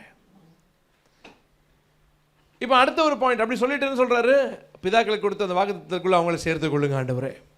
இப்ப அடுத்து சொல்றாரு, அவர்கள் உமக்கு விரோதமாக பாவம் செய்ததினால் வானம் அடைக்கப்பட்டு மழை பெய்யாதிருக்கும் போது, என்னது மழை பெய்யாதிருக்கும் போது அவர்கள் இந்த ஸ்தலத்திற்கு நேராக விண்ணப்பம் செய்யுங்க. ஆமா, அவர்கள் உமக்கு விரோதமாய் பாவம் செய்ததினால் வானம் அடைக்கப்பட்டு நம்முடைய வாழ்க்கையில் சில வானங்கள் அடைக்கப்படுகிறது. காரணம் என்னது? நம்முடைய பாவங்கள். ஆண்டவருக்கு விரோதமாக தாவீது பாவம் செய்து விட்டான், ஒரு தவறு செய்துட்டான். அந்த பாவம் நமக்கு தெரியும். அவன் சொல்றான் ஆண்டவரிடத்துல, தேவரீர் உமக்கே விரோதமாக நான் பாவம் செய்துட்டேன் ஆண்டவரே. அப்ப நான் மனுஷனுக்கு விரோதமா இல்லை ஆண்டவரே, படைச்ச உமக்கு விரோதமாக நான் செய்துட்டேன். இன்னைக்கு பாவங்களை செய்துட்டு ஆண்டவருக்கு விரோதமாக செய்திருக்கணுன்ற உணர்வு இருக்கா? பாவம் செய்துட்டு வானம் அடைக்கப்படுகிறது. வாழ்க்கையில் சில காரியங்கள் அடைக்கப்பட்டிருக்கிறது. வானம் அடைக்கப்பட்ட என்ன நடக்கணும்? மழை வராது. மழை வரலன்னு சொன்னால் வறட்சி உண்டாகும், பஞ்சம் உண்டாகும். ஏன் நம்மளோட வாழ்க்கையில் சில பகுதிகளில் வறட்சி இருக்கு? அந்த பகுதிகளில் நாம் பாவம் செய்கிறோம், ஆண்டவருக்கு விரோதமாக பாவம் செய்கிறோம். இப்போ விண்ணப்பம் செய்கிறான் இங்கே சாலமோன். அப்படி வானம் அடைப்பட்டு மழை பெய்யாது இருக்கும் பொழுது அவர்கள் இந்த ஸ்தலத்துக்கு நேராக விண்ணப்பம் செய்து உம்முடைய நாமத்தை அறிக்கை பண்ணி தங்களை தேவரீர் கிளேசப்படுத்துகையில் தங்களுடைய பாவத்தை விட்டு திரும்பினால். அப்போ ஜெபத்துல என்ன இருக்க வேண்டும்? ரிப்பெண்டன்ஸ் இருக்க வேண்டும். பக்கத்துல சொல்லுங்க, ஜெபத்துல ரிப்பெண்டன்ஸ் இருக்க வேண்டும். பக்கத்துல கொஞ்சம் திரும்பி பார்த்து சொல்றீங்களா? அவளும் என்கரேஜ் பண்ணுங்க. ஜெபத்துல மனம் திரும்புதல் வேண்டும். சொல்லுங்க, உங்களோட சின்ன பசங்க இருந்தாங்களா, தம்பி தங்கச்சி இருக்காங்களா? சொல்லுங்க, தம்பி ஜெபம் பண்ணும்பொழுது மனம் திரும்பிடணும். தம்பி மனம் திரும்பினா பொழைச்சிக்கிட்ட தைரியமா சொல்லுங்களேன். பக்கத்தில் இருக்காங்க பார்த்து, தம்பி தங்கச்சி அண்ணன் அக்கா சிஸ்டர் பிரதர், பக்கத்தில் இருக்காங்க பார்த்து சொல்லுங்க, ஜெபத்தில் மனம் திரும்புதல் வேண்டும். மனம் திரும்பாத ஜெபம் கூடாது. ஆமென். ஆண்டு தெரியும் நம்ம எல்லாம் குறை உள்ளவர்கள், அக்கறம் பாவம் இருக்கு. ஆனால் என்ன செய்ய வேண்டும்? மனம் திரும்ப வேண்டும். இந்த வேர்டு ரிப்பெண்ட் இருக்குல்ல, ரொம்ப அழகான வேர்டு, நிறைய அர்த்தங்கள் இருக்கு. அதில் ஒரு அர்த்தம் பென்ட் வார்த்தை. பென்ட் என்ற வார்த்தைக்கு என்ன அர்த்தம்னு சொன்னால், பென்ட் ஹவுஸ் தெரியும்ல உங்களுக்கு? பென்ட் ஹவுஸ் என்ன தெரியுமா? ஒரு வீட்டுடைய மேலே இருக்கக்கூடிய டாப், இதில் மேலே இருக்கக்கூடிய கூரை பார்த்துருக்கீங்களா? That's a penthouse. பென்ட்னாலே உயரத்தில் இருக்கக்கூடிய ஒன்று. பென்ட் ஹவுஸ் தான் பென்டகன் டவர்ஸ்னு வச்சுருக்காங்க இல்லையா? பென்ட்னா உயரத்தில் இருக்கக்கூடியது. ரீபென்ட்னா தெரியுமா அர்த்தம்? திரும்பவும் உயரத்துக்கு வான்னு அர்த்தம். அந்த ரிப்பென்ட்ன்ற வார்த்தையை ஆண்டவர் பேசும்பொழுது ஆண்டவர் சொல்கிறார், இயேசு கிறிஸ்துடைய முதல் மெசேஜ் என்ன தெரியுமா? இந்த பூமியில் அவர் கொடுத்த முதல் மெசேஜ் என்ன தெரியுமா? Repent for the kingdom of heaven has come near. மனம் திரும்புங்கள், பரலோக ராஜ்யம் சமயமாக இருக்குது. அந்த ரிப்பென்ட்ன்ற வார்த்தை என்ன தெரியுமா? நீ திரும்பவும் உயரமான இடத்துக்கு எழும்பி வா. ஏன்னா நீ உயரத்தில் இருந்து விழுந்துட்ட, நீ திரும்பி அந்த ஸ்தானத்துக்கு ஏறி வான்றது தான் ரிப்பென்ட்ன்ற வார்த்தைக்கு அர்த்தம். அப்போ ஆண்டவர் மனம் திரும்ப சொல்வதுன்றது ரொம்ப அற்புதமான விஷயம். ஆண்டவர் திரும்பி ஒரு மேலான ஸ்தானத்துக்கு நம்மளை கூப்பிடுகிறார். இப்போ மனம் திரும்புதல் அவ்வளோ மேன்மையானது. ஹல்லேலூயா. அதனால தான் தேவனுடைய வார்த்தை சொல்லுது, ஒரு பாவி மனம் திரும்புகிற நிமித்தம் பரலோக ராஜ்யத்தில் மிகுந்த சந்தோஷம் உண்டாயிருக்கிறது. ஹல்லேலூயா. அப்போ ரிப்பெண்டன்ஸ் ரொம்ப முக்கியம் ஜெபத்தில். ஆமென். உங்களோட வாழ்க்கையில் எந்த பகுதியில் ரிப்பெண்ட் பண்ணுமா? இன்னைக்கு ஜெபிக்கும் பொழுது ரிப்பெண்ட் பண்ண வேண்டும். ஆமென். ஹல்லேலூயா. தொடர்ந்து வாசிக்கலாம். பரலோகத்தில் இருக்கிற தேவரீர் கேட்டு உமது அடியாரும் உமது ஜனமாகிய இஸ்ரவேலும் செய்த பாவத்தை மன்னித்து அவர்கள் நடக்க வேண்டிய நல்வழியை அவர்களுக்கு போதித்து தேவரீர் உமது ஜனத்திற்கு சுதந்திரமாக கொடுத்த உமது தேசத்திலே மழையை பெய்ய கட்டளையிடுவீராக. தேசத்திலே பஞ்சம் உண்டாகிற போதும் கொள்ள நோய் 40 இருந்து போயிடலாம். தேவரீர் எங்கள் பிதாக்களுக்கு கொடுத்த தேசத்தில் அவர்கள் உயிரோடு இருக்கும் நாளெல்லாம் உமக்கு பயப்படும்படிக்கு தேவரீர் ஒருவரே எல்லா மனுஷரின் இருதயத்தையும் அறிந்தவர் அல்லவா? அறிந்தவர் ஆதலால் நீர் அவனவன் இருதயத்தை அறிந்திருக்கிறபடியே அவனவனுடைய வழிகளுக்கு தக்கதாக செய்து அவனவனுக்கு பலன் அளிப்பீராக. உம்முடைய ஜனமாகிய இஸ்ரவேல். இப்ப நல்ல கவனிங்க. இப்போ அடுத்த ஒரு எல்லைக்குள்ள ஜெபத்தை கொண்டு போகிறார். இவ்வளவு நேரம் தன்னுடைய ஜெபத்தை குறித்து சொன்னாரு, இஸ்ரவேல் ஜனத்துடைய ஜெபத்தை குறித்து சொன்னாரு, ஜெபத்துக்குள்ள இருக்கக்கூடிய மனம் திரும்புதலை குறித்து பேசினாரு, இன்னும் பல காரியங்களை குறித்து சொன்னாரு இல்லையா? இப்போ அடுத்த இன்னொரு காரியத்துக்குள்ள போறாரு. உம்முடைய ஜனமாகிய இஸ்ரவேல் ஜாதி அல்லாத அந்நிய ஜாதியார் உமது மகத்துவமான நாமத்தையும் உமது பலத்த கரத்தையும் உமது ஓங்கிய புயத்தையும் கேள்விப்படுவார்கள். இப்படி எல்லாம் உங்க ஜனங்களுக்கு நீங்க செய்யும் பொழுது என்ன பண்ணுவாங்கன்னா மற்ற தேசத்தார் என்ன பண்ணுவாங்க? இதை கேள்விப்படுவாங்க. அப்படிக்கு ஒத்த அந்நிய ஜாதியான், அதாவது தேசத்தான் உமது நாமத்தை நிமித்தம் தூர தேசத்திலிருந்து வந்து இந்த தேவன் இப்படிப்பட்டவராக இருக்கிறான்னு சொல்லி எங்கேயோ இருந்து ஏதோ ஒரு புறஜாதியாக இருந்த அவன் என்ன பண்றான்? இந்த நாமத்தினுடைய வல்லமையை கேள்விப்பட்டு உம்மிடத்துல வந்து இந்த ஆலயத்துக்கு நேராக விண்ணப்பம் பண்ணினால் உமது வாசஸ்தலம் ஆகிய பரலோகத்தில் இருக்கிற தேவரீர் அதை கேட்டு பூமியின் ஜனங்கள் எல்லாரும் உம்முடைய ஜனமாகிய இஸ்ரவேலை போல உமக்கு பயப்படும்படிக்கு நான் கட்டின இந்த ஆலயத்துக்கும் இந்த ஆலயத்துக்கு உம்முடைய நாமம் தரிக்கப்பட்டது என்று அறியும்படிக்கு உம்முடைய நாமத்தை அறியத்தக்கதாக அந்த அந்நிய ஜாதியான் உம்மை நோக்கி வேண்டிக் கொள்வதன் படியெல்லாம் தேவரீர் செய்வீராக. அவனுடைய ஜெபம் பாருங்க. அந்நிய தேசத்தானோ அவன் விசுவாசம் உள்ளவனாக வந்து அவன் உம்முடைய நாமத்தை அறிந்து வந்து ஜெபிக்கும் போது அவன் ஜெபத்துக்கும் ஆண்டவரே பதில் கொடுங்க ஆண்டவரே. இங்கே சாலமோன் திரும்ப திரும்ப என்ன பேசுகிறான்னு சொன்னா, அவன் ஜெபிக்கும் பொழுது, வேண்டும் பொழுது, மன்றாடும் பொழுது ஆண்டவரே நீ செவி கொடுங்க ஆண்டவரே. இவ்வளோ பெரிய ஞானி, ஆனால் அதிகமாக ஜெபத்தை குறித்து பேசுகிறான், அதிகமாக மன்றாட்டுகளை இங்கே கொண்டு வருகிறான். நீங்கள் நமக்கு நேரம் இல்லை, நம்ம அடுத்தடுத்த விஷயங்கள் பார்க்க வேண்டியது இருக்குது. அப்போ ஒவ்வொரு காரியத்துலையும் நீங்கள் அங்கே 60 வசனங்கள் வரைக்கும் தொடர்ந்து இருக்குது. நீங்கள் எல்லாத்தையும் வாசித்து பார்த்தீங்கன்னா தெரியும். அத்தனை ஜெபம். புறப்பட்டு போகிற வழிக்காக ஜெபிக்கிறான், போய் அடுத்த தேசத்தில் போய் லேண்ட் ஆகக்கூடிய காரியத்துக்காக ஜெபிக்கிறான், பல காரியங்களுக்காக வேண்டுதல்களை சொல்லிக்கொண்டே இருக்கிறான். ஜெபம் நம்முடைய வாழ்க்கையில் ஒரு பிரயாணம். Amen. Prayer is a journey. நம்முடைய வாழ்க்கையில் எல்லா பகுதிகளிலும் ஜெபம் இருக்காது, அதுக்கு அர்த்தம். ஆமென். எல்லா சூழ்நிலையும் துக்கமான செய்தியா அங்கே ஜெபம், சந்தோஷமா ஜெபம், போராட்டமா ஜெபம், அனுகூலமா ஜெபம், நிந்தை பரியாசமா ஜெபம், கர்த்தர் புகழ்ச்சியா மாற்றுகிறாரா, பெருமைப்படுத்துகிறாரா, மேன்மைப்படுத்துகிறாரா ஜெபம், எல்லாவற்றிலும் ஜெபம் இருக்கிறது. Prayer is a journey. Amen. எல்லாரும் சொல்றீங்களா என் கூட சேர்ந்து? Prayer is a journey. Prayer is a journey. Hallelujah. இன்னொரு வேத பகுதி நம்ம பார்க்கலாம். ரொம்ப இன்ட்ரெஸ்டிங்கான இன்னொரு வேத பகுதி 1 சாமுவேல் 12:19 வாசிக்கலாம். இந்த பகுதியோடு நான் முடிக்க விரும்புகிறேன். 1 சாமுவேல் 12:19 வாசிக்கலாம். சாமுவேலை பார்த்து, நாங்கள் சாகாதபடிக்கு உம்முடைய தேவனாகிய கர்த்தரிடத்தில் உம்முடைய அடியாருக்காக விண்ணப்பம் செய்யும். இஸ்ரவேல் ஜனங்க சாமுவேல் இடத்துல இப்படி கேட்கிறாங்க. என்னன்னு கேட்கிறாங்க? உம்முடைய தேவனாகிய கர்த்தரிடத்தில், உம்முடைய தேவனாகிய கர்த்தரிடத்தில் உம்முடைய அடியாருக்காக விண்ணப்பம் செய்யும். நீங்க விண்ணப்பம் பண்ணுங்க, எங்களுக்காக ஜெபம் பண்ணுங்க. வாசிங்க சிஸ்டர். நாங்கள் செய்த எல்லா பாவங்களோடும் எங்களுக்கு ஒரு ராஜா வேண்டும் என்று கேட்ட இந்த பாவத்தையும் கூட்டி கொண்டோம் என்று ஜனங்கள் எல்லாருக்கும் சொன்னார்கள். அப்பொழுது சாமுவேல் ஜனங்களை நோக்கி, பயப்படாதேயுங்கள், பயப்படாதேயுங்கள், நீங்க இந்த பொல்லாப்பை எல்லாம் செய்தீர்கள், ஆகிலும் கர்த்தரை கர்த்தரை உங்கள் முழு இருதயத்தோடும் நீங்க சேவியுங்கள். எப்படி சேவிக்க வேண்டும்? முழு இருதயத்தோடு சேவிங்க. 21ஆம் வசனம். விலகி போகாதிருங்கள், மற்றபடி பிரயோஜனமற்றதும் ரட்சிக்க மாட்டாததுமாய் இருக்கிற வீணானவைகளை பின்பற்றுவீர்கள். அதெல்லாம் பண்ணிருவீங்க. அவைகள் வீணானவைகளே. வீணானவைகளே. கர்த்தர் உங்களை தமக்கு ஜனமாக கொள்ள, உங்களை தமக்கு ஜனமாக்கி கொள்ள பிரியமானபடியினால் ஆண்டவர் உங்களை அவருடைய ஜனமாய் மாற்றிக் கொள்வதற்கு என்னவா இருக்கிறாரா? பிரியமாய் இருக்கிறார். எத்தனை பேர் நம்புறீங்க? ஆமென். உங்களை என்ன அவருடைய ஜனமா மாற்றிக் கொள்வது தேவனுக்கு பிரியம். ஆமென். ஆமென். என்னுடைய ஜனம் என்று சொல்லுகிறார். ஆமென். ஆமா. அடுத்தது, கர்த்தர் தம்முடைய மகத்துவமான நாமத்தின் நிமித்தம், அவருடைய மகத்துவமான நாமத்தின் நிமித்தம் ரொம்ப முக்கியமான விஷயம், அவருக்கு பிரியம். முதலாவதாக நம்மளை அவருடைய ஜனமா மாற்றுவது அவருக்கு பிரியம். அடுத்தது, தம்முடைய மகத்துவமான நாமத்தின் நிமித்தம் தமது ஜனத்தை கைவிட மாட்டார். என்ன பண்ண மாட்டாரா? கைவிட மாட்டார். அப்படியான என்ன அர்த்தம்? நான் ஜெபிக்கிறனோ ஜெபிக்கலையோ, நான் என்ன செய்யறனோ செய்யலையோ, ஆண்டவர் என்ன பண்ணுவாரு? என்ன அவருடைய ஜனமா மாற்றத்துக்கு பிரியம் கொள்ளுகிறவராக இருக்கிறாரு. அது மட்டும் இல்ல, அவருடைய மகத்துவமான நாமம், அவ்வளவு வல்லமையான மகத்துவமான நாமத்தை நிமித்தம் ஆண்டவர் என்ன பண்ண மாட்டாரா? ஜனத்தை கைவிட மாட்டார். ஆனா 23ஆம் வசனம் பாருங்க. நானும் உங்களுக்காக விண்ணப்பம் செய்யாதிருப்பேனாகில். அது இங்கிலீஷ்ல ரொம்ப அழகா இருக்கு. அது இங்கிலீஷ்ல அது தொடர்ச்சி ஏற்கனவே பார்த்த மாதிரி அது ரொம்ப கனெக்ட் பண்ணி ரொம்ப அழகா வருது.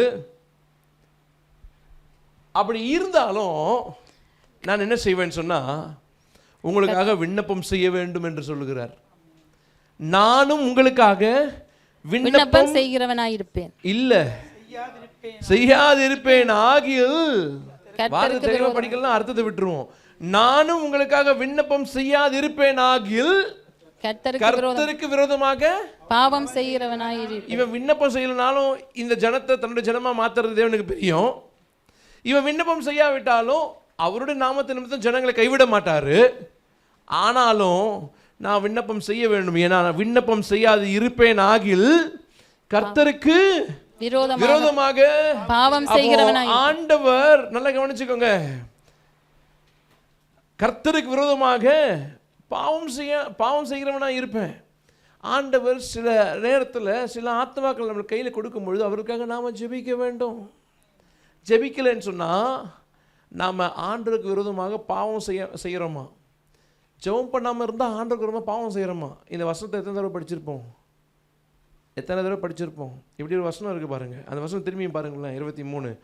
நானும் உங்களுக்காக விண்ணப்பம் செய்யாதிருப்பேனாகில் கர்த்தருக்கு விரோதமாக பாவம் செய்கிறவனாயிருப்பேன். என் குடும்பத்துக்காக ஜெபிச்சுக்கோங்க. ஆனா இவங்க ஜெபிக்க மாட்டாங்க. பாஸ்டர் ஜெபிக்க வேணும். ஜெபக்குழு ஜெபிப்பாங்க. ஜெபக்குழுக்கு லிஸ்ட் எல்லாம் அனுப்பிடுறது. இந்த பிரச்சனைலாம் இருக்கு, காய்கறி லிஸ்ட் வீட்டில் அனுப்பி பழகிட்டோம். நிறைய லிஸ்ட் போட்டே பழகிட்டோம். அப்போ பாஸ்டருக்கு, நம்மளுடைய எல்டர்ஸுக்கு, நம்மளுடைய லீடர்ஸ்க்கு என்ன பண்ணுறோம்? லிஸ்ட் அனுப்புகிறோம், ஜெப லிஸ்ட்டு. இப்போ என்ன பண்ணுவாங்க? அவங்க ஜெபிப்பாங்க. 10ஆவதுக்கு ஜீசஸ் கால்ஸுக்கு லிஸ்ட் அனுப்புவாங்க. வேற எங்கேயா 24 hours ப்ரேயர் இருந்துச்சுன்னா அவங்களுக்கு லிஸ்ட் அனுப்புவாங்க. எல்லாருக்கும் லிஸ்ட்டு போயிடும்.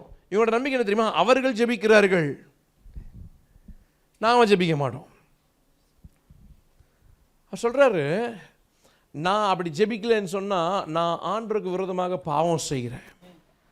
ஆண்டவருக்கு விரோதமாக, against God, I sin against God if I don't pray for you.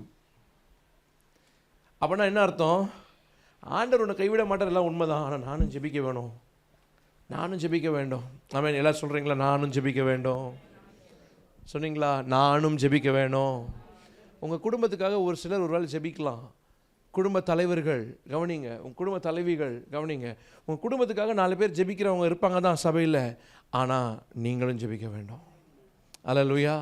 உங்கள் பிள்ளைகளுக்காக நல்லா கவனிங்க. சில பேர் வீட்டில் சில பெற்றோர்கள் பார்த்தீங்கன்னா அவங்களோட அம்மா இருப்பாங்க. அவங்க அம்மா அப்பா இவங்களுக்காக ஜெபிப்பாங்க.